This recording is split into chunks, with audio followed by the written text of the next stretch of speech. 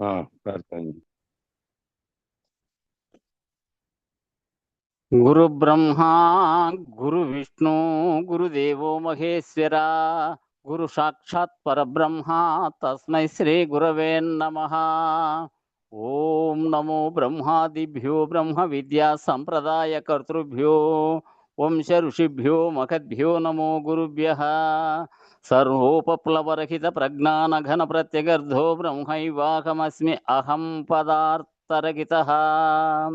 गुरवे सर्वलोकानां विषजे भवरोगिणां निधये सर्वविद्यानां श्रीदक्षिणामूर्तये नमः।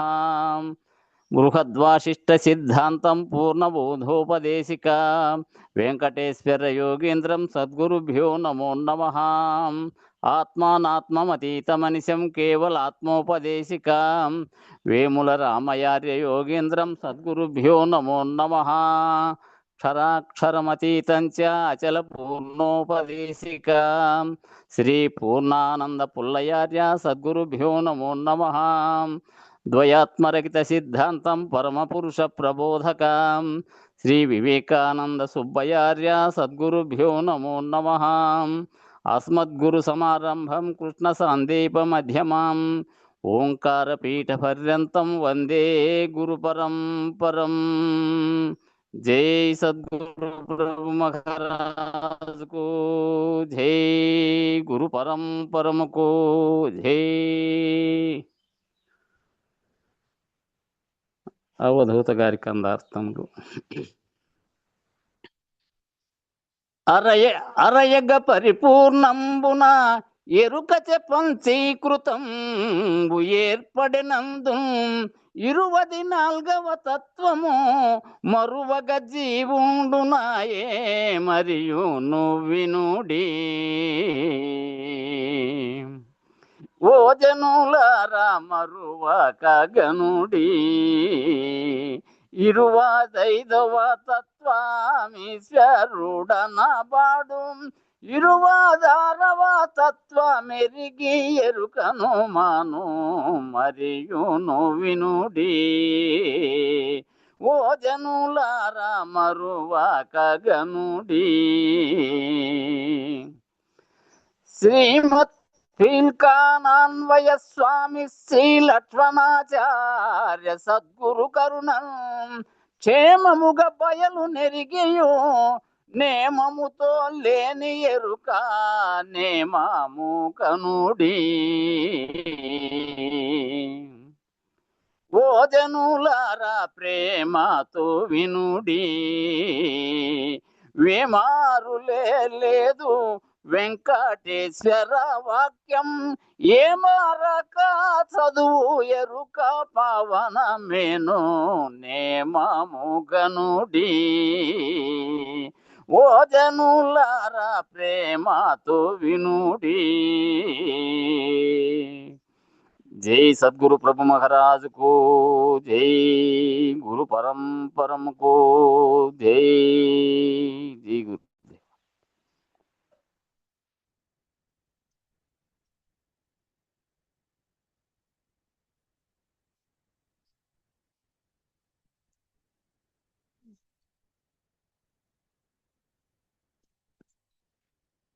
ఏనా మొదలు పెట్టలే.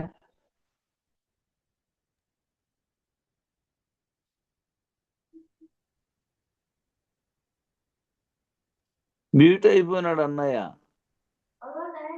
సమీర్ రామకృష్ణ పెద్దయ్య హోస్ట్ లో ఉన్నాడని చెప్తాను.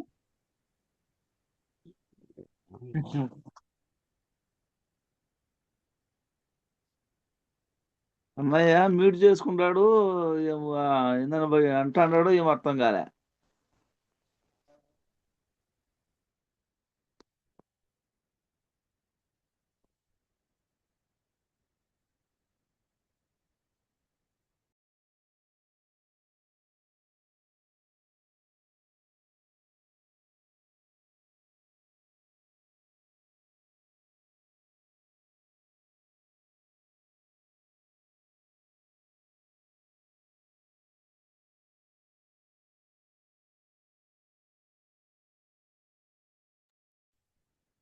వెంకటదాసు వస్తాను. హలో, వినపడుతుందరా? వినపడుతుందన్నా. అదే వెంకటదాస్కి ఎవరైనా ఫోన్ చేయండి. నేను ఆటోలో బస్ స్టాండ్కి పోతాడా, బస్ ఎక్కి చేస్తలేదన్నా. ఫోన్ చేయండి. నేను ఏ నేను గురించి చదువుతున్నా. చదువు చదువు చదువు కొనసాగి. వెంకటదాస్ వచ్చినాడు. సరే సరేలే కానీ నేను ఎక్కడి వరకు చదివినో చదువుతానులే. సరేలే. ఇచ్చినాడు.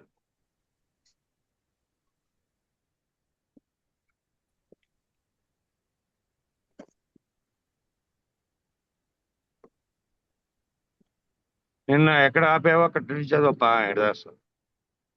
నేను బయట ఉన్నా.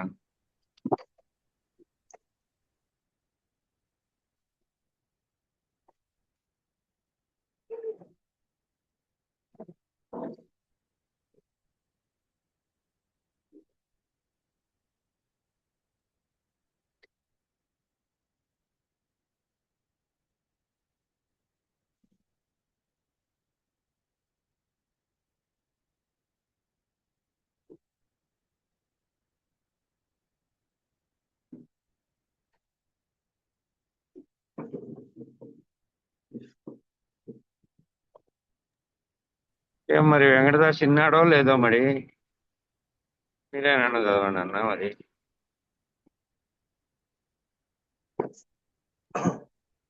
కొనసాగచ్చు బావా, కానీ ఆయన ఏం లేడులే.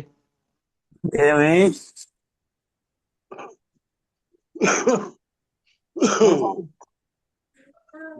సరే సరే.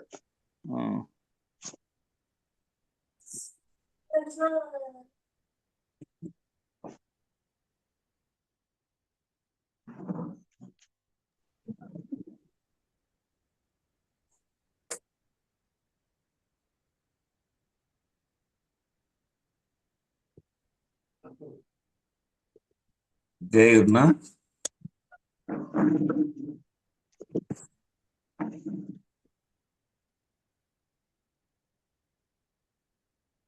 ఇప్పుడు తిప్పి పెట్టుకొని వినపడిండే కొంచెం.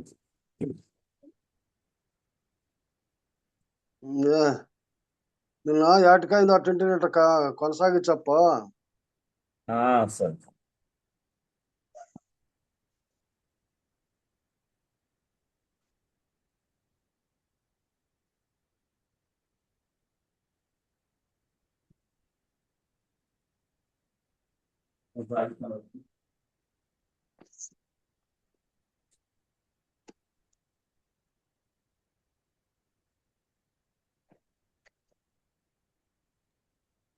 ఏం ఇంత కాలయా పని చేసి అద్దాలు అద్దాలు చోటుండే.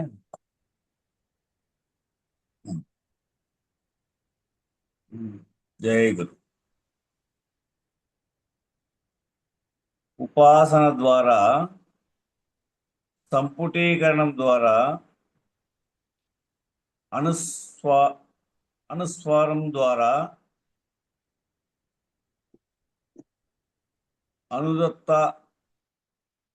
అనుదాత్త సరిత స్వరముల ద్వారా, గానం, మననం, ఉపాసన ద్వారా మంత్రాధిష్టానమైన దివ్యత్వాన్ని అనుసంధానం చేయడం ద్వారా ఏర్పడేటువంటి సమస్త శక్తి సంపద అంతా కూడా ఆ అక్షరాలలో ఉన్నది.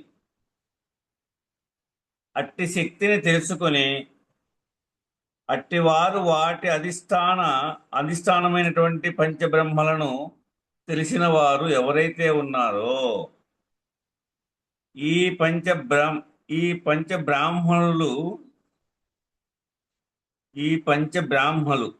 అంటే బ్రాహ్మణులు,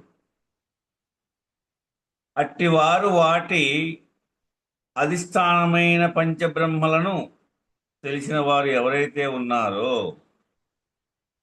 ఈ పంచబ్రాహ్మణులు, పంచశక్తులు ఏ బయలనందు లేవో అట్టి బయలును తెలిసిన వారు ఎవరైతే ఉన్నారో ఓంకారం బిందు సంయుక్తం నిత్యం ధ్యాయంతి యోగినః నమో నమః. స్వరూపమే ఓంకారం. ఇంకా వారికి కామదం ఏమిటి అంటే, కామదం అంటే కోరిక అని కాదు, ముక్తికాంత మోక్షకాంత తనకు తానై వచ్చి వరించునట.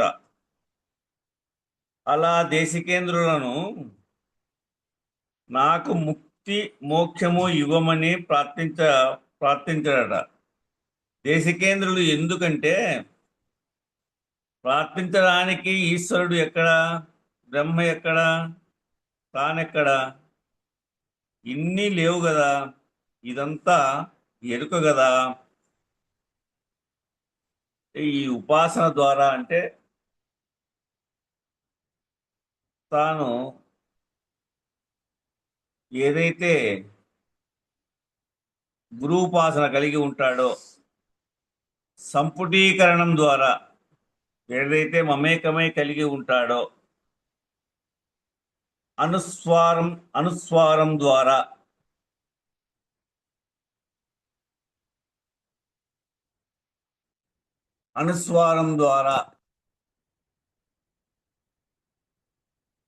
అంటే మమేక స్వరూపమే, అది కూడా అనువాద స్వరూపంగా అనుదాత్త. ఎప్పుడైతే అనువుగా సేవాశక్తి కలిగినటువంటి వాడై స్వరముల ద్వారా, తన యొక్క స్వరముల ద్వారా నిత్యము భావన కలిగి ఉన్నటువంటి వాడై, గానము ద్వారా అంటే నిత్యము వారినే మదిలో అనువాదం చేసుకుంటూ, అంటే పాడుకుంటూ ఉన్నటువంటి వాడు. మనస్సులో ఎప్పుడు కూడా మననం చేసుకుంటా ఉన్నటువంటి వారు. ఉపాసన ద్వారా, మళ్ళీ ఇక్కడ ఇంకో రెండోసారి ఇచ్చాడు ఉపాసన అనేది, మంత్రాధిష్టానమైనటువంటి దివ్యత్వాన్ని అనుసంధానం చేయడం. ఆ మంత్రము, అధిష్టానమైనటువంటి మంత్రం ఏదైతే ఉందో గురుమంత్రము, ఆ మంత్రాధిష్టానమైనటువంటి దివ్యత్వాన్ని అనుసంధానం చేయడం ద్వారా ఏర్పడేటువంటి సమస్త శక్తి సంపద కూడా అంతా కూడా ఆ అక్షరాలలో ఉన్నది. ఏ అక్షరాలలో? అట్టి శక్తిని తెలుసుకొని అట్టి వారు, వాటి అధిష్టానమైనటువంటి పంచబ్రహ్మలను తెలిసిన వారు ఎవరైతే ఉంటారో, ఈ పంచబ్రహ్మలు, పంచశక్తులు, ఈ పంచబ్రహ్మలు ఎవరు అంటే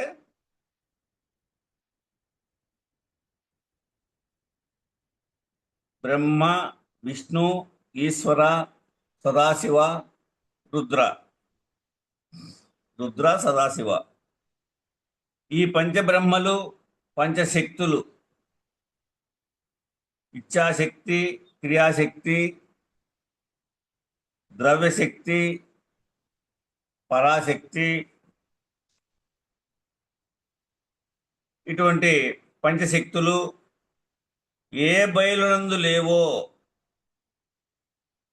ఈ పంచబ్రహ్మలు, పంచశక్తులు ఏ బయలు యందు లేవో, అట్టి పరిపూర్ణ పరబయలు యందు పంచబ్రహ్మలు కానీ, పంచశక్తులు కానీ తానే లేనిటువంటి స్థితిగా ఉన్నప్పుడు, తన వల్లనే ఇవి ఏర్పడి ఉన్నాయి కాబట్టి, తానే లేని స్థితిలో ఉన్నప్పుడు, తానే బయలై ఉన్నటువంటి స్థితిలో ఉన్నప్పుడు ఇవేవీ లేవు. ఇంకా అట్టి బయలును తెలిసిన వారు ఎవరైతే ఉన్నారో, ఈ పంచబ్రహ్మలు కానీ, పంచశక్తులు కానీ ఏ బయలునందు లేవో, అట్టి బయలును తెలిసిన వారు ఎవరైతే ఉన్నారో, ఓంకారం బిందు సంయుక్తం నిత్యం ధ్యాయంతి యోగినః నమో నమః. అంటే ఆ ఓంకార స్థితి బిందు సంయుక్తమైనటువంటిది. అంటే ఓనామాలు నేర్చినందుకు ఓకు ఓం పెరిగించరా అంటాడు వద్దినారాయణ దాస్ తాత. ఆ ఓ విచారం అంతా తెలియబడిన తర్వాత ఆ ఓనే నీవు, ఓకారం పైన తలకట్టిస్తాం కదా, ఓ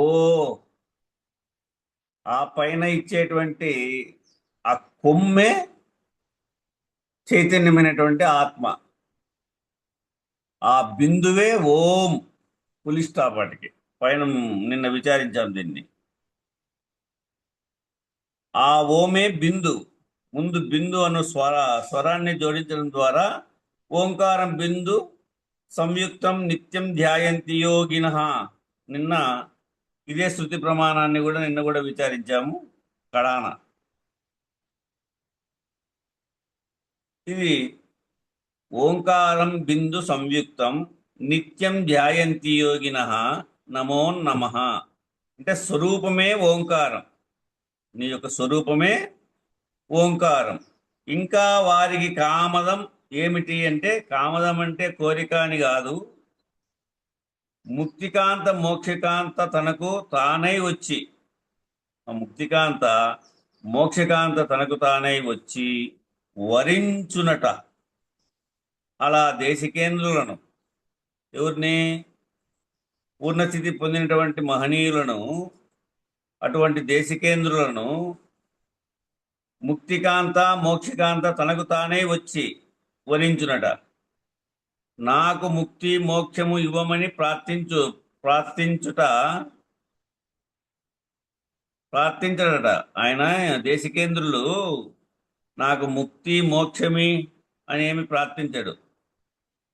తనకున్నటువంటి జన్మ పరంపర కారణము చేత ఆ ముక్తికాంత మోక్షకాంత తనకు తానే వచ్చి వరించునట. ఎందుకంటే ప్రార్థించడానికి ఈశ్వరుడు ఎక్కడ? వాడు ప్రార్థించడానికి పంచబ్రహ్మలు లేరు, ఈశ్వరుడు లేడు. బ్రహ్మం ఎక్కడ? తానెక్కడ? ఇన్ని లేవు కదా, ఇదంతా ఎరుక కదా. ప్రార్థించాలంటే, కోరాలంటే కామదం అయితే బాహ్యంలో కోరిక, కానీ ఇక్కడ ఈశ్వరుడు బ్రహ్మ తాను లేడు కాబట్టి కోరేవారు లేరడ. తాను తానై బయలై ఉన్నాడు కాబట్టి ఇక్కడ కోరిక అనేటువంటిది తనకు తానే వరించాలి, కానీ ముక్తికాంత మోక్షకాంత తనకు తానే వచ్చి వరించునట. అంటే ఎట్లా ఊరినే వరిస్తుంది అంటే కాదు, నువ్వు దేశికేంద్రుడు కావాలా. దేశికేంద్రుడు అయితే తనకు తాను వచ్చి వరించేదానికి అవకాశం అవుతుంది. నువ్వు ఆ స్థాయికి వస్తే తనకు తా వచ్చి మోక్షకాంత ముక్తికాంత వలచి వరించునట. వరణం జరుగుతుందట అంటే మోక్షమే లేనటువంటి స్థితికి చేరుతాడు. ఇంకా మోక్షమే లేదు, ముక్తి లేదు, మోక్షము లేదు. ముక్తి అనేది లేనటువంటి స్థితికి చేరుతాడు. ఏ బట్టబయలునందు ఈ అనంత విశ్వము లేదో, అంటే ఏ బట్టబయలంతటా పరిపూర్ణమైందు ఈ అనంత విశ్వము లేదో, అట్టి ఎరుక లేనటువంటి స్థితి యందు, తానే లేని స్థితి యందు, నేనే లేని స్థితి యందు బంధమోక్షల ప్రసక్తే లేదు. ఇంకా బంధము లేదు, మోక్షము లేదు. ఈ ప్రశ్న వద్ది నారాయణదాస తాత 108 ప్రశ్నల్లో ఉంది. బంధమోక్షములు ఎవరికి, మోక్షము ఎవరికి అనే ప్రశ్న ఉంది. మోక్షము ఎవరికి? అట్టి స్థితి యందు నిలచిన దేశికేంద్రునికి ప్రకృతి పురుషుడు ఆలు మగడుగానై ఎరుక కెరుకే కానబడు. అట్టి స్థితి యందు నిలిచినటువంటి దేశికేంద్రులకు ప్రకృతి పురుషుడు ఆలు మగడుగానై. ఇప్పుడు మేము ఇక్కడ ఏమి గుర్తించాలా? ప్రకృతి అంటే ఈ జగత్తు, ఈ జగత్తంతా కూడా ప్రకృతి. ఆ ప్రకృతే ఆలు అంటే భార్య, స్త్రీ. మగడు అంటే పురుషుడు. పురుషుడు అంటే ఆ ఈశ్వర స్వరూపమైనటువంటి చైతన్య స్వరూపమైనటువంటి ఈ జగత్తునంతా ఈ ప్రకృతినంతా నడిపించేటువంటి వాడు, అదే పరమాత్మ స్వరూపం. అందుకు ఇక్కడ ప్రకృతి పురుషుడు ఆలు మగడుగానై ఎరుక కెరికే కనబడతా ఉంటుంది. ఆ ఎరుక కెరికే కనబడుతుంది కానీ ఎరుకను చూసేది మరొకటైతే లేదు. దానికదే సృష్టి, దానికదే తెలియబడేది, దానికదే నడవబడేది. ఇలా ఎరుక విడిపించబడి పంచదశి పద్ధతిగా చూడబడి, ఇక్కడ పంచదశి పద్ధతి రాత్రి పద్యాల్లో కూడా వచ్చింది. ఇది పంచదశి పద్ధతి అంటే దృష్టాంత రాష్ట్రాంతముల చేత తెలియబడేటువంటి విధానం. ఈ పంచదశి పద్ధతిగా చూడబడి బట్ట బయలై నిలచినటువంటి స్థితి యందు దేశికేంద్రులకు ప్రణమిల్లుతూ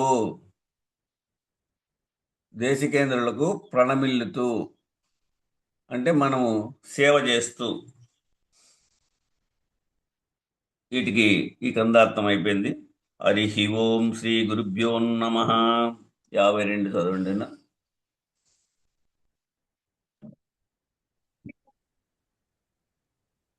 ఒక దేహారి తనువున సకలావస్థలు జనింతు చనిన విధమున అకలంకమైన బయలులో ప్రకటం బయలేని ఎరుక బయలుండా చూచి తన ముచ్చాట పరికించి లేచి ఒక కొంతసేపైనా ఉండేటందుకు లేక సకలము తన వెంట చను బట్ట బయలుండా చూచి తన ముచ్చాట పరికించి లేచి. దేవుడు ఓ శిష్యుడా, ఎరుకోపాదియగు ఒక శరీరమందు కాలకృతమైనటువంటి స్థితి విశేషమున బాల్యము, యౌవనము, కౌమారము, వార్ధక్యము, జాగృత, స్వప్నము, సుషుప్తి, తురీయము, మరణావస్థలు కలుగుతూ పోవుచున్నవి. అట్లే నిష్కలంకమైనటువంటి పరబయలునందు లేని ఎరుక ప్రకటమగుతున్నది. ఎట్లా అంటే, ఓ శిష్యుడా, ఎరుగోపాధి అంటే ఎరుక ఉత్పత్తి అయ్యేటువంటి స్థితి యందు ఒక శరీరమందు కాలకృతమైనటువంటి స్థితి విశేషమున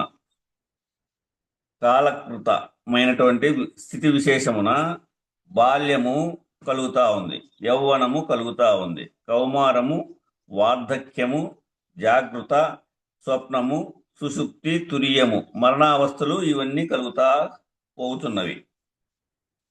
అట్లే నిష్కలంకమైనటువంటి బయలునందు లేని ఎరుక ప్రకటమైతా ఉంది.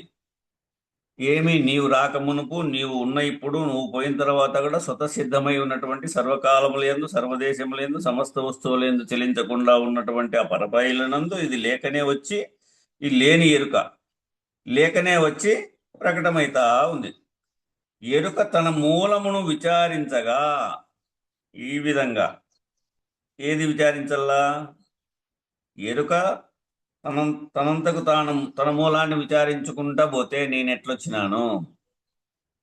మా అమ్మ గర్భం నుంచి, మా అమ్మ గర్భంలోకి ఎట్లొచ్చింది? తండ్రి యొక్క జఠరాగ్ని నుంచి వచ్చింది. తల్లిలోకి ఎలా కలిగిందంటే భూమి నుంచి, ఆహారం నుంచి వచ్చింది. ఆహారం ఎట్లా వచ్చిందంటే భూమి నుంచి వచ్చింది. భూమి ఎట్లా వచ్చింది? భూమిలోకి ఎట్లా వచ్చిందంటే జలం నుంచి. ఇట్లా వెతుక్కుంటా పోతే పంచభూతాలన్నీ కడగపోయిన తర్వాత అవ్యక్త స్వరూపం వస్తుంది. ఆ అవ్యక్తంలో ఎట్లా వ్యక్తమైంది ఇది?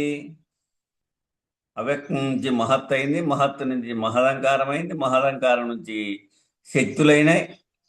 మొట్టమొదట ఆది మొదలు ఎట్లొచ్చింది అంటే, ఆడ ఉన్న ఎరుక లేని, ఉన్న పరిపూర్ణము, లేని ఎరుక అని రెండేది వెళ్తాయి. ఆడ లేని ఎరుక, ఉన్న పరిపూర్ణముని ఆ రెండేది వెళ్తాయి. ఆ రెండేది వెళ్ళినప్పుడు అంటే 96 తత్వాలు నువ్వు విచారించగా 24 మిగిలి 25 గుర్తెరిగే ఎరుక ఒకటి మిగిలి ఈ 25 విచారించగా 2 మిగులుతాయి. ఉన్నది ఒకటి, లేనిది ఒకటి అని. ఈ 2 మిగిలినప్పుడు ఈ రెండిట్లో ఈ లేని ఎరుక ఎట్లొచ్చింది అని నువ్వు ఊహించినప్పుడు నీ భావంలో పరిపూర్ణం నుంచి వచ్చిందా, ఉన్న పూర్ణం నుంచి వచ్చిందా? లేదు. ఎందుకు లేదు అంటే ఉన్న పూర్ణం నుంచి వచ్చేదానికి అవకాశం లేదు. అదే ములుగుచ్చేదానికి సందు లేకుండా నిండి ఉంది. ఆ నిండి ఉన్నటువంటి పరిపూర్ణం యందు ఇది ఎట్లా వచ్చింది అంటే ఆడిపోయిన తర్వాత ఏం జరుగుతుంది? ఇది పుట్టనే లేదు, అంటే దీనికి మూలమే లేదు. అందుకే మన పెద్దలు మూలం లేని ఈ గుర్తెరిగే శరీరం ఏమీ లేదు అనేటువంటి నిర్ణయాన్ని, షోడశి మంత్రాన్ని అథారిటీగా ఇచ్చి మళ్ళా తర్వాత పంచదశి మంత్రాన్ని ఏం చెప్పారు? దృష్టద్రాష్టాంతంలో కలలో తోచిన శరీరం ఎలాగో అలాగే ఇదంతా కూడా. ఇది దృష్టాంతంగాను. ద్రాష్టాంతంగా ఏం చెప్పిరి? కర్పూర కలిక కుడితే ఎలాగో అలాగే అని. కర్పూరం శిష్యుడని, అగ్ని గురువని 2 ఏకమై తెలియబడితే లేకపోతాయి అనేటువంటి నిర్ణయాన్ని ద్రాష్టాంతంగా చెప్పింది. ఈ విధంగా ఎరుక తన మూలమును విచారించగా ఎచ్చటను లేకపోవటచే బ్రహ్మానుభవం కలయను భ్రాంతి నుండి మేలుకొని కొంతసేపైనను తాను నిలిచి ఉండుటకు స్థానము లేక తన నిర్మిత సకల ప్రపంచముతో ఎరుక లేకుండా పోవునని భావము. తాను ఉండడానికి స్థానమే లేకుండా పోవుననేటువంటి నిర్ణయం.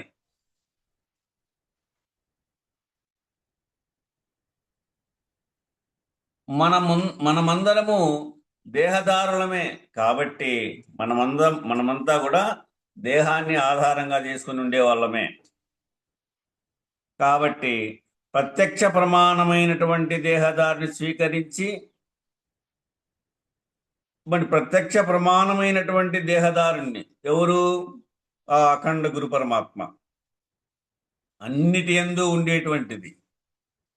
ఆ తత్వమసి బ్రహ్మ లక్షణం చేత మనం తెలియబడినప్పుడు అదే ప్రత్యక్ష ప్రమాణమైనటువంటి దేహదారిని స్వీకరించి జహర్ లక్షణము, అజహర్ లక్షణము, జహర్ అజహర్ లక్షణము ఇతడైనటువంటి శిష్యుడిని ఎరుక విడిపించేటువంటి పద్ధతి కొరకు సమాయత్తపరచడము ఈ బోధలో ఉన్నటువంటి ప్రధానమైనటువంటి అంశం. కాబట్టి ఎరుకని గట్టిపరిచే బదులు ఆ ఎరుకను గట్టిపరిచే వరకు లేనిదిగా నిర్ణయించే పద్ధతిగా, ఆ గట్టిపరిచేదానికంటే లేనిదిగా నిర్ణయించే పద్ధతిగా ఎరుక యొక్క వర్ణన జరుగుతోంది ఇక్కడ. ఆ ఎరుకను గట్టిపరిచేదానికంటే లేనిదిగా నిర్ణయించే పద్ధతిగా ఎరుక యొక్క వర్ణన జరుగుతూ ఉంది. ఈ ఎరుక లేదనేటువంటి నిర్ణయంగా జరుగుతూ ఉంది. ఎట్లా? ఒక దేహధారి మనల్నే ఉపమానంగా స్వీకరించారు. ఈ శరీరాన్నే ఉపమానంగా స్వీకరించి ఒక దేహధారి అంటే మనల్ని ఉపమానంగా స్వీకరించారు. నిజ శిష్యుడి ఉపమానంగా స్వీకరించారు. ఎవరిని? నిజ శిష్యుణ్ణి. ఎవరు నిజ శిష్యుడు? గురువు ద్వారా ద్వాదశి షోడశి ఎరిగినటువంటి వాడై, దాని యొక్క ఉపమేయముల వల్ల తెలియబడినటువంటి వాడై ఆ నిశిష్యుడిని ఉపమానంగా స్వీకరించారు. ఎట్లా? అష్టతనువులు అనేటటువంటి 8 దేహాలు ఉన్నాయి కదా. అష్టతనువులు అనేటువంటివి 8 దేహాలు ఉన్నాయి. అవి ఏవి? పిండాండ తనువులు 4, బ్రహ్మాండ తనువులు 4. పిండాండ తనువులేమో విశ్వడు, తైజసుడు, ప్రాజ్ఞుడు, ప్రత్యేగాత్మ. బ్రహ్మాండ తనువులేమో విరాట్, హిరణ్యగర్భ, అవ్యాకృత, పరమాత్మ. ఈ 8 దేహాలను ధరించినటువంటి 8 లక్షణాలు ఉన్నాయి దీనికి. కనుగొనదేహి ఎక్కడే కనుగొనదేహి ఎక్కడే దేహములెన్నైనను. ఇది ఈ కందార్థంలో ఒక పదం అని అద్వైతం అంటుంది. కనుగొన దేహి ఒక్కడే దేహములెన్నైనా. ఈ కనుగొనడానికి దేహి ఒకడే. పిపీలకాది బ్రహ్మ పర్యంతము, అమీబా కాటి నుంచి ఏనుగు వరకు, పరబ్రహ్మం వరకు ఒక్కడే ఈ దేహి. వీటన్నిటినీ నడిపించేటువంటి వాడు. నీ నా యందు పిపీలకాది బ్రహ్మ పర్యంతము అన్నిటి యందు ఉండేటువంటి దేహి ఒక్కడే. దేహములు ఎన్నైనా కూడా, ఈ దేహాలు ఎన్నైనా కూడా, ఎన్ని ఆకారాలతో ఉన్నా కూడా దేహి ఒక్కడే అని అద్వైతం అంటుంది. అచలము దేహి దేహముల తెరవు గనుకొని. ఈ దేహి ఎట్టిది? ఈ 96 తత్వాలతో కూడుకున్నటువంటి దేహి విచారణ ఈ అన్నిటిని నడిపించేటువంటి దేహి విచారణ.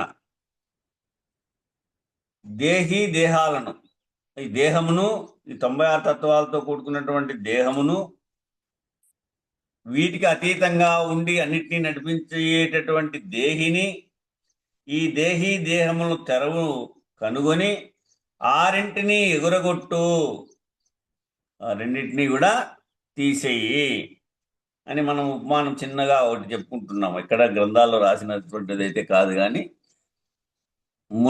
ఈత వచ్చిన వరకు మునగబెండు తాళ్ళు వాడుకుంటాం. ఈత వచ్చే వరకు మునగబెళ్ళు తాళ్ళు వాడుకుంటున్నాం. ఈత వస్తానే మునగబెళ్లతోనూ తాడుతోనూ పని లేదు. అంటే ఈ రెండింటి వల్లనే నువ్వు నేర్చుకున్నావు, ఈ రెండింటి వల్లనే తెలియబడినావు. ఈ దేహి దేహముల తెరవు కనుగొన్నావు. కనుగొని ఆరింటిని ఎగరగొట్టు, విధము ఎరుగోయి, అవి రెండింటిని తీసేసేటువంటి విధానాన్ని నువ్వు ఎరుగు అంటుంది. ఇది అచల సాంప్రదాయం. అద్వైతమేమి కనుగొన దేహి ఒక్కడే దేహములు ఎన్నైనను. నువ్వు కనుక్కోవడానికి దేహములు ఎన్నైనా కూడా దేహి ఒక్కడే. ఆ దేహిని అంటే తత్వమసి బ్రహ్మ వరకు వాళ్ళు తెలియబడతారే కానీ దాన్ని తీసేసేటువంటి లక్షణం అక్కడ లేదని అవన్నీ విచారించగలిగినటువంటి వారు ఇప్పుడు ఈ తాత్పర్యం రాసినటువంటి వారు. ద్వైత అద్వైత విశిష్టాద్వైత చార్వాక గాణపత్య జైన మీమాంస సర్వమత విచారణ, సర్వ సద్గురువుల యొక్క విచారణ కూడా దర్శించి వారి నుంచి తెలియబడినటువంటి వారు వీరు. కాబట్టి ఇక్కడ దేహాత్మ భావ పరిధిలో నుంచి ఎక్కడికి చేరాలి? జీవాత్మగా వ్యవహరిస్తున్నటువంటి ప్రతిబింబ సమానమైనటువంటి ఆభాసుడైనటువంటి చిదాభాసుడైనటువంటి లక్షణాన్నంతా పోగొట్టి జీవో బ్రహ్మైవ నాపరః అనేటువంటి బ్రహ్మనిష్టకు చేర్చేటటువంటి పరిణామక్రమాన్ని చెప్పే పద్ధతి అంతా కూడా అద్వైత పద్ధతిగా ఉంటుంది. ఈ అద్వైత పద్ధతి ఎట్లా ఉంటుందంటే దేహాత్మ భావం నుంచి జీవాత్మగా వ్యవహరిస్తున్నటువంటి, అంటే దేహం అంటే ఈ శరీరం, ఈ శరీరాన్ని నడిపించేటువంటి అది జీవుడు. ఇక్కడ మనం ఇక్కడే చూసుకోకూడదు. సర్వ జగత్తును 96 తత్వాల స్వరూపాన్ని, సర్వ ప్రకృతిని ఏదైతే నడిపిస్తూ ఉందో అక్కడ మనం ఎట్లా తీసుకోవాలా? శివజీవైక్య సంధానము. శివుడేమో బ్రహ్మాండాన్నంతా నడిపించేటువంటి వాడు, నిన్ను నన్ను అందరినీ కూడా. జీవుడేమో ఈ శరీరాన్ని 24 ఇంద్రియాలు కట్టుకొని నడిపించేటువంటి వాడు. ఈ శివజీవైక్య సంధానం కలిగినప్పుడు ఏమైంది? శివుడు జీవుడు ఈ రెండు ఏకమైతే అక్కడ ఈ రెండు పేర్లు లేవు. శివుడు కానీ జీవుడు కానీ రెండు పేర్లు లేవు. అదే పరబ్రహ్మ స్వరూపము. శివజీవైక్య సంధానం కలిగినప్పుడు అది పరబ్రహ్మ స్వరూపం అవుతుంది, అదే పరమాత్మ స్వరూపం అవుతుంది. అట్లా దేహాత్మ భావ పరిధిలో నుంచి జీవాత్మగా వ్యవహరిస్తున్నటువంటి ప్రతిబింబ సమానమైనటువంటి అభాసుడైనటువంటి, అక్కడ ఏ భావము లేదు, ఏ భాష, ఏ వ్యవహారము లేదు. అట్లా ఆభాసుడైనటువంటి, చిదాభాసుడైనటువంటి చిత్తే సర్వవ్యవహార స్వరూపమై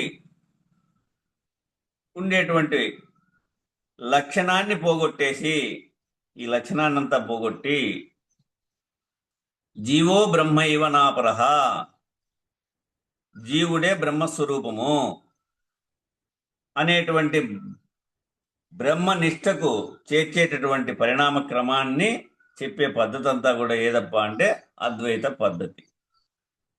ఈ అద్వైతంలో చిట్ట చివరి మెట్లు పరమును గురించినటువంటి శోధన. ఈ అద్వైతంలో చిట్ట చివరి మెట్టు ఏదప్ప అంటే పరమును, అంటే తన్ను తాను తెలియబడడం. ఆ తన్ను తాను తెలియబడడం గురించి అటువంటి శోధన ఉందంతే, బోధన నిర్ణయం అది. అందుకని తత్వం వరకే ఆ పని అద్వైతం చెప్పలేదు. బోధన నిర్ణయము, శోధన నిర్ణయము ఆటి వరకు తెలియబడేటువంటి పద్ధతి అద్వైతము. అందుకని తత్వం వరకే ఆ పని అద్వైతం చెప్పలేదు. ఇంకా తత్వం అంటే తన్ను తాను తెలియబడడం వరకే. తత్వమసి మహావాక్యంలో అసి పదస్థానంలో నిలబడి తత్వాతీత పరాత్మహం మధ్యాతీత పరశివ మాయాతీత పరంజ్యోతి అహమేవ హమవ్యయ అని పరమును ప్రతిపాదించింది. ఆ లక్షణాన్ని పట్టుకునేందుకు మానవుడు దేహాన్ని ధరించాడు. ఈ లక్షణాన్ని పట్టుకునేదానికే, తన్ను తాను తెలియబడి తాను ధరించేదానికే మానవుడు ఈ దేహాన్ని తీసుకున్నాడు, మానవ దేహాన్ని. ఎందుకు అంటే మానవ శరీరం అయితేనే వీటిని తెలుసుకుని ధరించేదానికి వీలైతుంది. కాబట్టి ఆ లక్షణాన్ని పట్టుకునేదానికే మానవుడు దేహాన్ని తీసుకున్నాడు. ఒక్క మానవుడే పరము అనే నిర్ణయాన్ని తీసుకొనగలడు, దాన్ని అందగలడు, పొందగలడు, నిలబడగలడు. ఐహికము పారమార్థికము అని జీవనము రెండు పార్శ్వములను కలిగి ఉంది. ఐహికము పారమార్థికము అని ఈ బాహ్య ప్రపంచంలో ఐహికము అంటే బాహ్య వ్యవహారం అంతా నడిచేటువంటి స్థితి ఒకటి. ఇవన్నీ కాకోకుండా రాజయోగ స్థితిలో పారమార్థికాన్ని పొందేటువంటి స్థితి కూడా, భక్తి జ్ఞాన వైరాగ్య స్థితిని పొందేటువంటి విషయం కూడా పారమార్థికము అని జీవనము రెండు పార్శ్వములను కలిగి ఉంది. ఇది రెండు, ఇట్లా బాహ్యము ఇట్లా అంతరార్థము, ఈ రెండు విషయాలను కలిగి ఉంది. భగవంతుడు ఐశ్వర్యము, ధర్మము, కీర్తి, యశము, ధృతి, బలప్రకాశము అను 6 లక్షణాలను కలిగి ఉన్నాడు. అవి ప్రకాశించు చోటుకు భగము అని పేరు. ఈ 5 లక్షణాలు, ఈ 5 విషయాలు ప్రకాశించేటువంటి స్థానానికే భగము అని పేరు. ఇది ఒక రకమైన విచారణా క్రమం. ఈ 6 లక్షణములు బిందు స్థానం నుంచే వెలువడుతూ ఉన్నాయి. ఈ 6 లక్షణాలు కూడా ఆ బిందు స్థానం నుంచినే వెలువడతా ఉన్నాయి.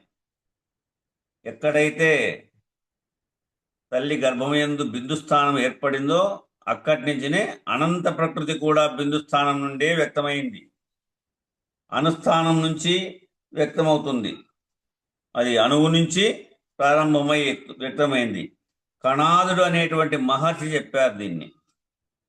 ఆటం ధియరి, ఆటం ధీయరి అంటే ఈ మహర్షులందరూ కూడా వారి వారి పద్ధతులలో ప్రకృతి నుంచి పరమాత్మను తెలుసుకోవడం ఎట్లా అనేటువంటి అంశాన్ని స్వీకరించి వారి వారి సాధన పద్ధతులలో వారి వారి పరిశోధనా పద్ధతులలో శబ్దమును ఆశ్రయించి ఉపాసించిన వారు కొంతమంది, నాదమును ఆశ్రయించి ఉపాసించినటువంటి వారు కొంతమంది, ప్రకాశాన్ని అంటే వెలుగును, ప్రకాశాన్ని ఆశ్రయించి ఉపాసన చేసిన పరిశోధన చేసినటువంటి వారు కొంతమంది, ఇలా వారి వారి యొక్క సాధన రీతులను నమస్కరించి వారి వారి యొక్క సాధన రీతులను అనుసరించి వారి వారి పరిశోధనలను అనుసరించి వారి జీవనంలో పరిశోధనా కాలాన్ని ఉపనిషత్తులుగా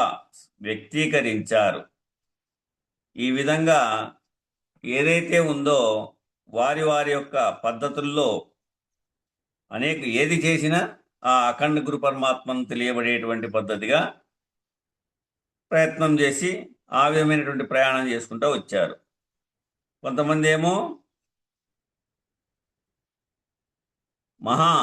ఈ మహర్షులందరూ కూడా వారి వారి పద్ధతులతో ప్రకృతి నుంచి పరమాత్మను తెలుసుకోవడం ఎట్లా, ఈ ప్రకృతిని అంతా విచారించారు.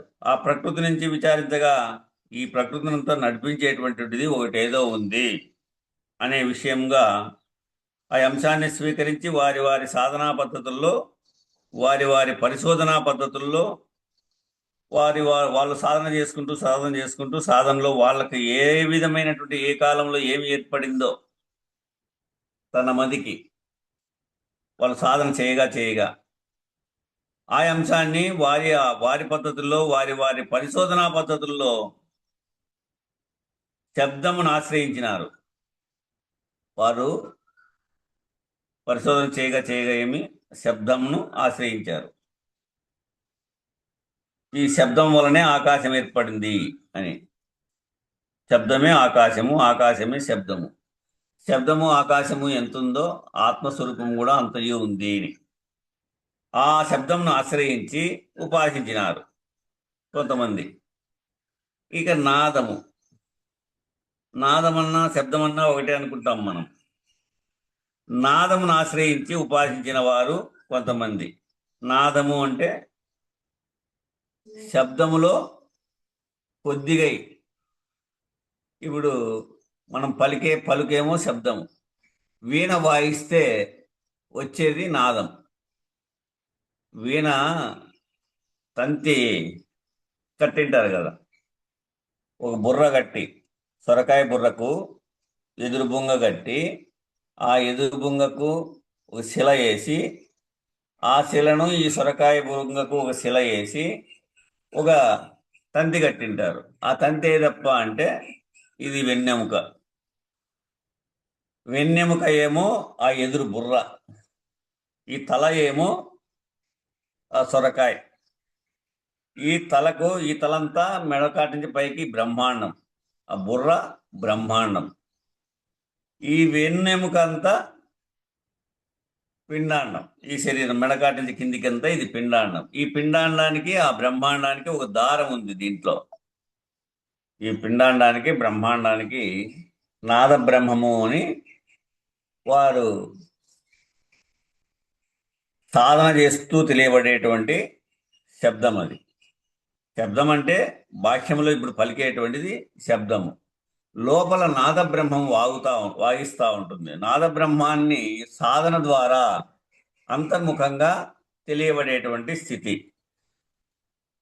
అట్లా సాధన వల్ల వారి వారి పరిశోధనా పద్ధతుల్లో శబ్దాన్ని ఆశ్రయించి ఉపాసించినారు కొంతమంది. బాహ్య శబ్దంతో అంతర శబ్దమే నాదము. ఆ నాదమును ఆశ్రయించి ఉపాసించినారు కొంతమంది. ప్రకాశం అంటే ఈ వెలుగు, సర్వ జగత్తుకు వెలుగు ఇస్తా ఉండేటువంటి ప్రకాశ స్వరూపము. అదే అద్వైతం అంతా మనం విచారించినప్పుడు అఖండ స్వరూపమైనటువంటిది సూర్యభగవానుడే ప్రకాశం, తొలి ప్రకాశము అని. ఆ ప్రకాశం నుంచినే అంటే తొలి దీపము అని మనం తెలియబడినాం ఎక్కడ, సర్వ వేదాంత శిరోభూషణంలో. అది తొలి దీపము. అది ప్రకాశించగా అన్నిటినీ వెలిగించింది. మనం కదా ఒక దీపము, దీపావళి నా పొద్దు దీపాలు పెట్టుకుంటా ఉంటారు. ఒక దీపాన్ని వెలిగించి అనేక దీపాలు ఎట్లయితే వెలిగిస్తామో, మొట్టమొదట వెలిగినటువంటి దీపం ఏది? సూర్యప్రకాశం. ఆ సూర్యప్రకాశాన్ని అంటే ప్రకాశాన్ని ఆశ్రయించి ఉపాసన చేసి పరిశోధన చేసినటువంటి వారు కొంతమంది అక్కడి నుంచి మొదలైందని. ఇలా వారి వారి యొక్క సాధనా రీతులను అనుసరించి వారి వారి పరిశోధనలను అనుసరించి వారి జీవనంలో పరిశోధనా కాలాన్ని ఉపనిషత్తులుగా స్వీకరించారు. వాళ్ళు పరిశోధన చేయగా అవి ఉపనిషత్తులుగా ఏర్పడి అవి మనకు తెలియవచ్చారు ఉపనిషత్తుల రూపంలో. అంటే 108 ఉపనిషత్తులు. వాటిలో 10 ఉపనిషత్తులు వేదాంతపరంగా ఉండేటువంటి విషయాలు. మిగతా ఉపనిషత్తులన్నీ న్యాయశాస్త్రము, వైద్యశాస్త్రము, ఇట్లా వ్యవసాయ శాస్త్రము, అనేకమైనటువంటి మనం ఇప్పుడు తయారు చేసినటువంటి సెల్లు వరకు కూడా వేదం నుంచి తీసుకొని తయారు చేసినటువంటి వారే. ఇప్పుడు మనం చూసేటువంటి జేసీబీ కూడా వేద ప్రమాణంగా తీసుకొని తయారు చేసినటువంటి ప్రతి వస్తువు ఏది తయారు చేస్తున్నా వేద ప్రమాణంగా తయారు చేసినటువంటివే. ఈ విధంగా ఇలా వారి వారి యొక్క సాధనా రీతులను అనుసరించి వారి వారి పరిశోధనలను అనుసరించి వారి జీవనంలో పరిశోధనా కాలాన్ని ఉపనిషత్తులుగా వ్యక్తీకరించారు.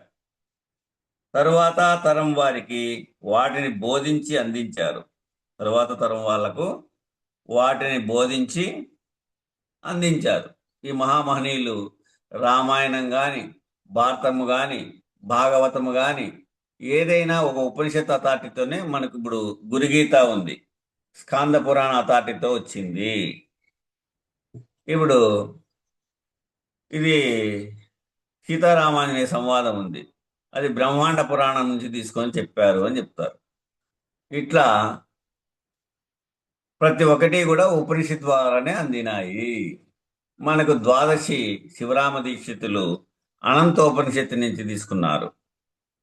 మనకు పెద్దలు రాసినటువంటి గ్రంథంలో తెలియబడిండేది. తర్వాత షోడశి సర్వసారోపనిషత్తు నుంచి తీసుకున్నారు. ఇట్లా ఏది తీసుకున్నా ఉపనిషత్తు ప్రమాణంగానే. అందుకు మనకు తర్వాత తరం వాళ్ళు వారికి వాటిని బోధించి అందించారు, దర్శింప కూడా చేశారు. ఉపనిషత్ దర్శనము అన్నారు. ఎట్లా అంటే విశ్వ తైజస ప్రాజ్ఞ ప్రత్యేగాత్మలని, విరాట్ హిరణ్యగర్భ అవ్యాకృత పరమాత్మలనేటువంటి పేరు మీద అనేక రీతులుగా పిండ బ్రహ్మాండ పద్ధతులుగా సాంఖ్య విచారణ క్రమంలో వివరించి చెప్పబడేదంతా కూడా దేహదారి అయినటువంటి దేహి ఒక్కడా 8 మంది?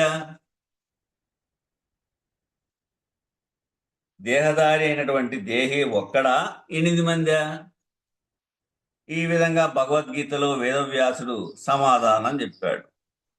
అష్టమూర్తి అని లలితా సహస్రనామంలో చెప్పింది అష్టమూర్తి రజాధైత్రి అని ఆయన చెప్పాడు. భూమి రాపో అనలో వాయుహుకం మనోబుద్ధిరేవచ అహంకార ఇతేయం మే భిన్న ప్రకృతి అష్టదా. అంటే ప్రకృతి అంటే ఈ 8 కలిస్తే ప్రకృతి అని నిర్ణయంగా చెప్పారు. భూమి అంటే భూమి, అపో అంటే నీళ్లు, అనలో అంటే వాయువు, వాయుహుకం హుకం అనలో వాయు, హుకం ఖం అంటే ఆకాశము, మనో మనసు, బుద్ధి బుద్ధి, రేవచ అనలము అంటే అగ్ని అప్ప, అనలం అంటే అగ్ని, అనిలము అంటే వాయువు. అట్లా కరెక్ట్.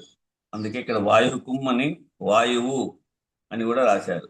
భూమి రాపో అనలో, అనలో అంటే అగ్ని, కరెక్ట్. వాయుహు, వాయుహు అంటే గాలి, ఖం అంటే ఆకాశం, మనో అంటే మనస్సు, బుద్ధి, రేవచ అహంకారైతేయం మే భిన్నా ప్రకృతి అష్టదా. ఇవన్నీ కూడా అష్ట ప్రకృతులుగా తయారైనాయి. దీన్ని అష్టప్రకృతులు అంటారు. 5 పంచభూతములను, మనసు, బుద్ధిని, అహంకారాన్ని, ఈ 3 కలిపితే 8 అవుతాయి. దీన్ని అష్టప్రకృతులు. ఇతేయం మే భిన్న ప్రకృతి అష్టదా.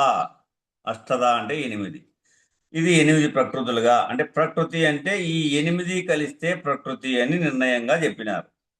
ఇంకా ఏం చెప్పారు అయ్యా? ఇంకా ఏం చెప్పారు అయ్యా? అన్నిటికంటే ముందున్న వాడను నేనే. ఈ అష్టప్రకృతుల కంటే కూడా ముందు ఉన్నటువంటి వాడను నేనే. నా తరువాత బ్రహ్మ వచ్చాడు. బ్రహ్మ తర్వాత ప్రజాపతులు వచ్చినారు. బ్రహ్మ తర్వాత ఈ ప్రజను, అంటే ఈ ప్రకృతిని పరిపాలించేటువంటి వాళ్ళంతా వచ్చారు. ఈ శరీరంలో 36 మంది దేవతలుండి ఈ శరీరాన్ని నడిపిస్తా ఉన్నారు కదా. అట్లనే ఈ జగత్తునంతా కూడా దేవతలుండి నడిపిస్తా ఉన్నారు. అదే వాళ్ళే ప్రజాపతులు వచ్చారు. ప్రజాపతుల తర్వాత మనువులు వచ్చారు. మనువుల తర్వాత సకల సృష్టి వచ్చింది. ఈ సృష్టికి ఆది యందు నేనొక్కడినే ఉన్నాను. ఈ సృష్టికంతా కూడా ఆది యందు మొట్టమొదట నేనొక్కడనే ఉన్నాను. ఎవరూ లేరు. అక్కడ ఏమీ లేదు. పంచభూతాలు లేవు, అష్ట ప్రకృతులు లేవు, నేనన్నది లేదు. ఇలా చెప్పింది పురుషోత్తమ ప్రాప్తి యోగం. ఈ విధంగా చెప్పింది పురుషోత్తమ ప్రాప్తి. సూర్యచంద్రాగ్నుల ప్రకాశం ఏ చోటనైతే ప్రకాశింపలేదో, చూడు, సూర్యుడు చంద్రుడు ఎక్కడైతే ప్రకాశింపలేదో, ఏ స్థానమునైతే ప్రకాశింపలేవో అది నా స్థానమై ఉంది. అంటే గుణనాశనరహితుడైనటువంటి వాడు పరమాత్ముడు. అక్కడ గుణము లేదు, ఏ వ్యవహారము లేదు. ఆ సూర్య చంద్రాగ్నుల ప్రకాశం ఏ చోటనైతే ప్రకాశింపలేదో, సూర్యుడు గాని చంద్రుడు గాని ఏది ఎక్కడ ప్రకాశింపలేదు? ఆ పరిపూర్ణ పరబయలందు. ఎందుకంటే తానే లేడు కాబట్టి. ఏ స్థానమునైతే ప్రకాశింపలేవో అది నా స్థానమై ఉంది. గుణనాశన రహితుడైనటువంటి వాడు పరమాత్ముడు. ఇలా క్షరపురుషుడు, అక్షర పురుషుడు, పురుషోత్తముడు అని నిర్ణయంగా చెప్పేటువంటి పనిలో ప్రస్థానత్రయం చాలా విశేషమైనటువంటి వ్యాఖ్యానం చేసింది. ప్రస్థానత్రయము అని ఇప్పుడు బ్రహ్మానందం గారు పెట్టారు. ఏమి? ఈ 3 కలిపి. ఈ 3 తత్పూర్వమే ప్రస్థానత్రయం అనేటువంటి విషయాన్ని ఈ 3 విధాలుగా, అంటే క్షరపురుషుడు, అక్షర పురుషుడు, పురుషోత్తముడుగా అని నిర్ణయం చెప్పేలో చాలా విశేషమైనటువంటి వ్యాఖ్యానం చేసింది.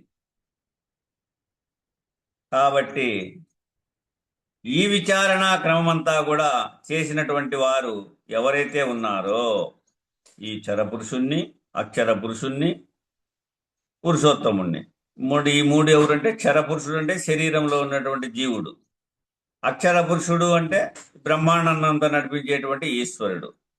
ఈ రెండింటినీ ఏకం చేస్తే పురుషోత్తమైనటువంటి ఆ బ్రహ్మస్వరూపుడు అనేటువంటి పురుషోత్తముడు అని నిర్ణయం చెప్పేటువంటి పనిలో ఈ ప్రస్థానత్రయాన్నంతా ఏర్పాటు చేశారు.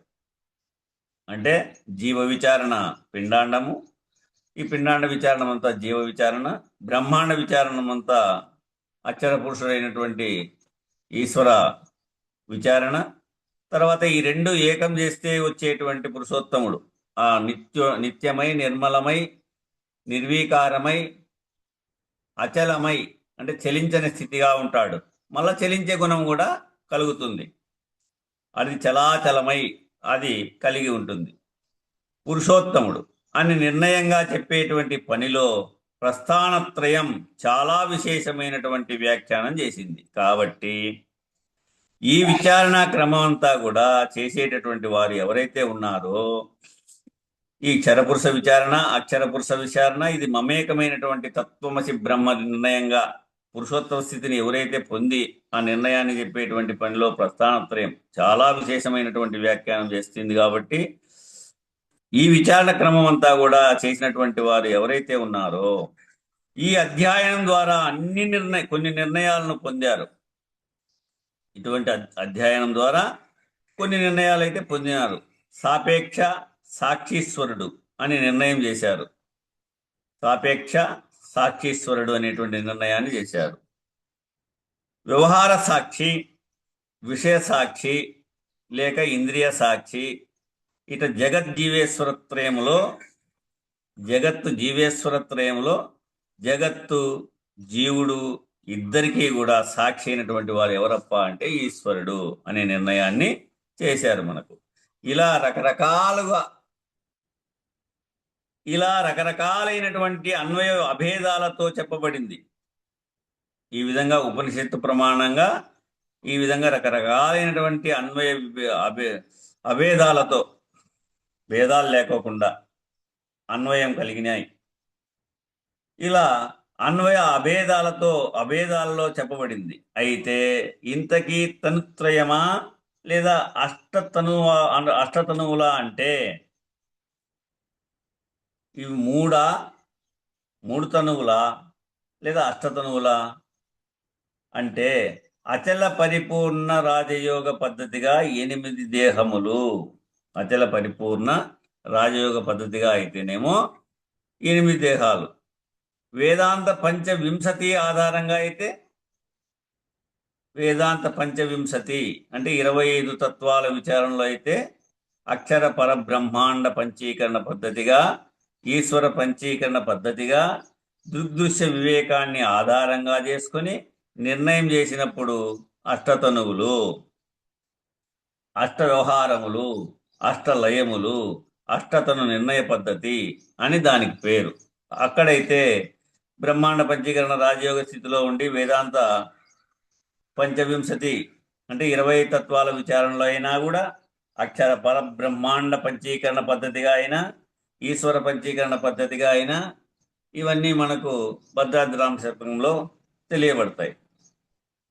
ఈ పంచీకరణ పద్ధతిగా వివేకాన్ని, దృగ్దృశ్య వివేకాన్ని అంటే చూసేది చూడబడేది, అంటే చూసేది తెలియబడేది, ఈ వివేకాన్ని ఆధారంగా చేసుకొని నిర్ణయం చేసినప్పుడు అష్టతనువులు, అష్ట వ్యవహారములు, అంటే 8 తనువులు, 8 శరీరాలు, అష్ట వ్యవహారాలు, 8 వ్యవహారాలు, అష్ట లయములు, అష్టతను నిర్ణయ పద్ధతి ఇదంతా ఉంటుంది. అష్టతనువులు తాను కాదు, అష్టతనువులు అడవి బట్టెను, ఇష్టమేమియు లేకపోయెను. ఇది మేలుకొలుపులో వస్తుంది మనకు. సర్వతను వ్యవహారం అంతా ఒక మేలుకొలుపులో వస్తుంది. అష్టతనువులు తాను కాదు, అష్టతనువులు అడవి బట్టెను, ఇష్టమేమియు లేకపోయెను, ఎరిగి మేల్కొన. సమయం సరిపోయింది చూడండి, మళ్ళా పక్కన క్లాస్ లేకపోతే. జై గురు. బలో శ్రీ సద్గురు మహారాజ్కి జై. గురు పరంపరముకు జై. జై శ్రీ వెంకటాంబ సమేత శ్రీ పూర్ణానంద పులయారులకు జై. జై శ్రీ ఇందుగల గురు భక్త మండలికి జై. జై గురు. మంగళంబు మహనీయ గురునకు మంగళంబు, సర్వులు శరణు కోరే సాధు స్వరూపునకు మంగళంబు. మంగళం శ్రీ గురుదేవాయ మహనీయ గుణాత్మనే, సర్వలోక శరణ్యాయ సాధు రూపాయ మంగళం. జై సద్గురు ప్రభు మహారాజుకు జై. శ్రీ పూర్ణానంద పుల్లయార్య సద్గురు ప్రభు మహారాజుకు జై. శ్రీ వివేకానంద బండార్ సుబ్బయార్య సద్గురు ప్రభు మహారాజుకు జై. గురు పరంపరముకు జై. గురు భక్త మండలికి జై. జై గురుదేవ. జై గురు.